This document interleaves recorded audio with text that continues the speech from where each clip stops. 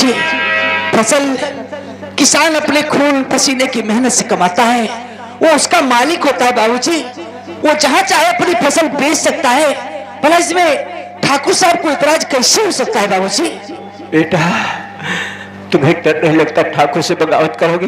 बाबूजी, बगावत कौन कर रहा है? देखो, मैं जमींदार धनंजय सिंह का पहले से कर्जदार हूँ, इसीलिए मेरा कहना मानो तो शहर की मंडी में अनाज बेचने मत जाओ बेटा। मैं हाथ जोड़कर विनती करता हूँ।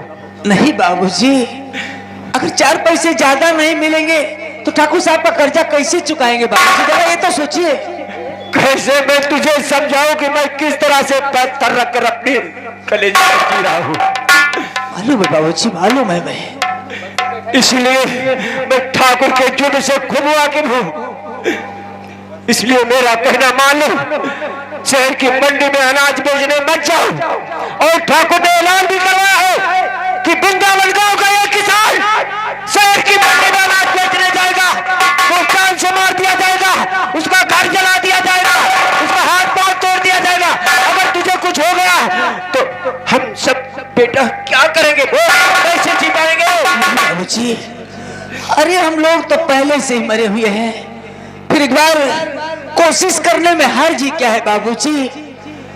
मैं यही सोच रहा हूँ कि शहर की मंडी आज जाऊं बाबूजी, 4 पैसे ज्यादा ले आऊंगे बाबूजी। बाबूजी जब मना करे तो क्या जरूरी तुम्हें शहर की मंडी ले जाने को? लक्ष्मी जी स्वामी। तू भी बाबूजी की तरह हो गई है। अरे बाबूजी तो बुजुर्ग हो चुके हैं, उनकी सोच बदल चुकी है। अरे क्या तू भी यही चाहती है कि मेरी बहन ताऊ मरी ही अंधी बनकर बिता?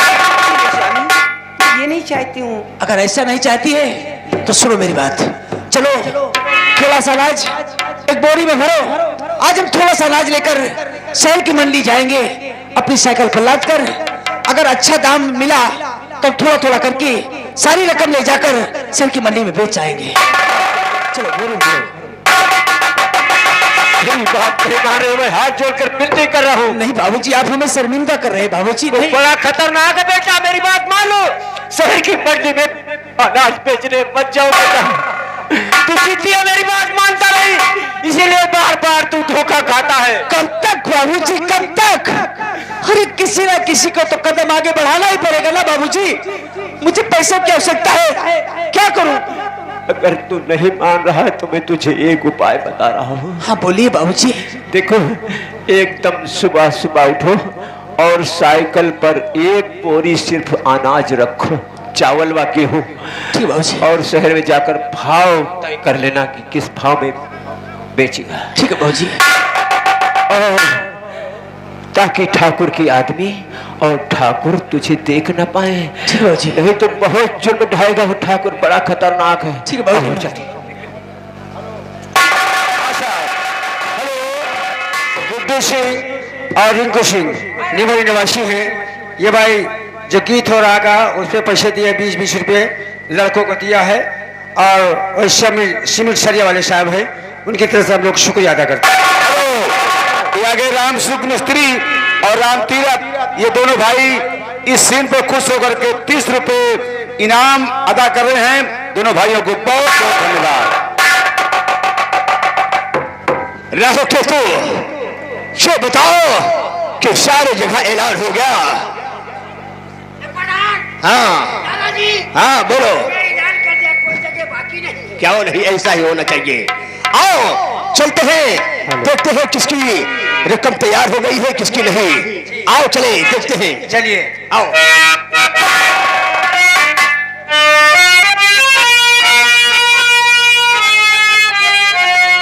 अरे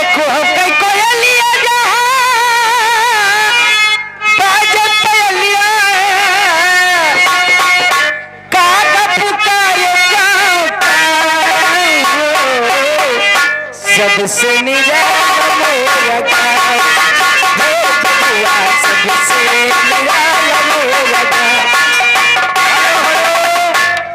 वही छाया हुआ नाम गुड्डू सिंह और रिंकू सिंह निवासी निवासी हैं। सिमिट सरिया वाले साहब हैं। ये लक्ष्मी के काम पर खुश होकर के साथ 20 रुपये देते हैं। शुक्रिया।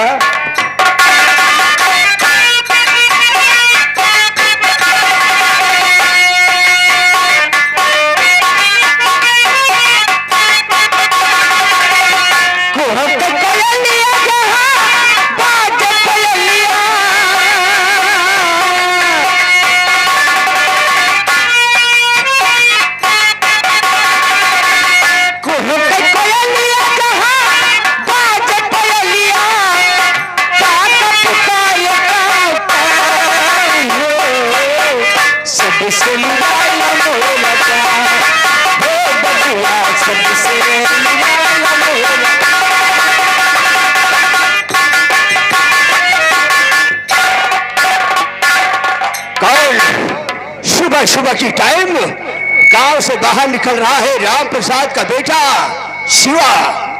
ये तो अपनी साइकिल पर बोरी लाद कर गांव से बाहर निकल रहा है। वो जा रहा है। इसका मतलब इस बोरी के अंदर कोई खास सामान है। आओ देखते हैं। चलिए।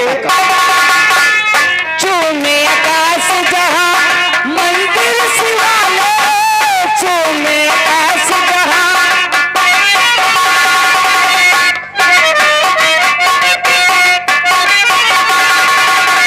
चूमे आकाश जहां मंदिर शिवालय, निभे संसार में महल वाले, साँझ सवेरे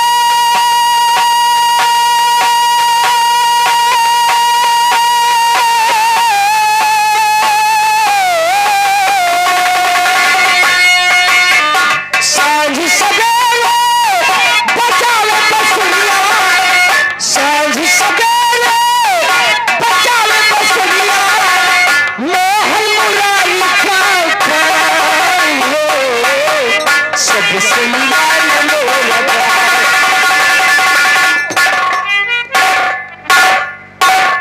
और शिवा सुबह सुबह की टाइम साइकिल पर बोरी लाद कर गांव से बाहर निकल रहे हो।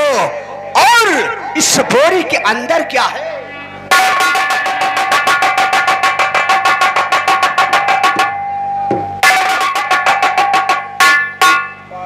इसमें बासमती चावल 65 रुपया किलो।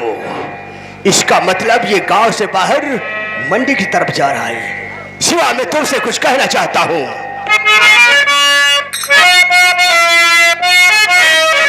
और लगता बोरी में आना, और लगता बोरी में आना, और इधर जाने का क्या?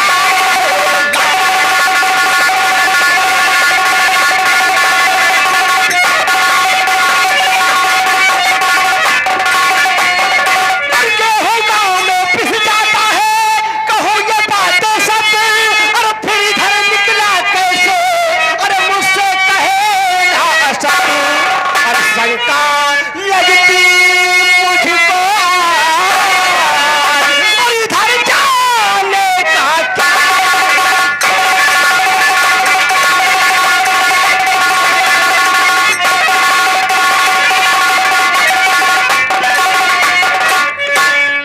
लाला जी, आपने जो देखा वह कहा, आपकी सारी बातें सत्य है लाला जी। सत्य है, मगर कैसे सत्य है? बोलो।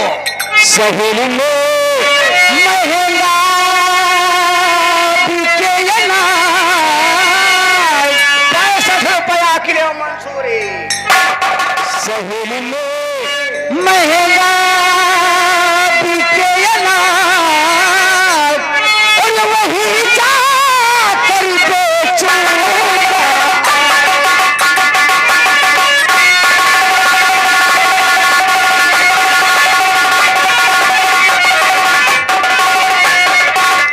यहाँ से दूल्हे दाम का वहाँ खुला है रेट, सहेली तभी जाते सभी, अरे जब ना भरता पे चना हो मटर आलू प्याज, शहर में जाकर बेचूं।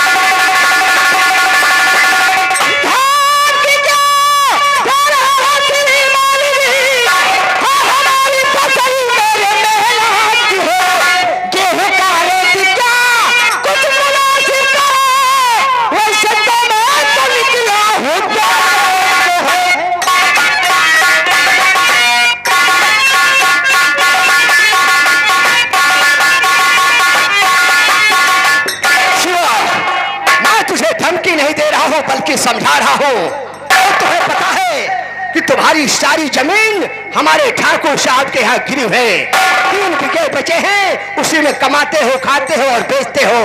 और हाँ, पूरे गांव में ऐलान हो गया है, जो भी किसान देते हैं अनाज तो हमारे ठाकुर साहब को देते हैं। वैसे हम गांव वाले का गेहूं का रेट जैसे 8 रुपए 9 रुपए में लेते हैं, चलो तुम्हारा बढ़ा चढ़ा के 10 रुपए लगा देंगे। वाह लाला जी वाह, गांव के सभी किसान जानते हैं और हमने भी सुना है कि शहर की मंडी में आज के टाइम में गेहूं का रेट 26 रुपए 27 रुपए में है। अगर हमारी फसल आप 7 रुपए 8 रुपए में लेंगे तो लाला जी ना तो हम आपका कर्जा चुका पाएंगे और ना ही अपनी गिरी जमीन छुड़ा पाएंगे लाला जी। शिवा, वैसे ऐलान तो हो चुका है, 1 पैसा बढ़ेगा नहीं। दूसरी बात यह है कि तुम पहला शख्स हो, इसलिए तुझे समझा रहा हूं। और हाँ, इससे पहले 1 पैसा ना हम बढ़ा सकते हैं ना घटा सकते हैं। लाला जी, मैं आपको फसल देने से इनकार नहीं कर रहा लाला जी, बस मेहरबानी करके ज्यादा ना लगाते हुए हमारी फसल 20 रुपए लगवा दीजिए।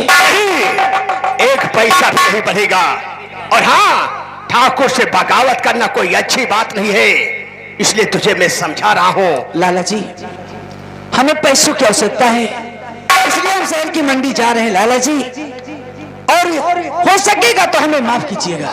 सोच लो बेटा, अभी भी वक्त है।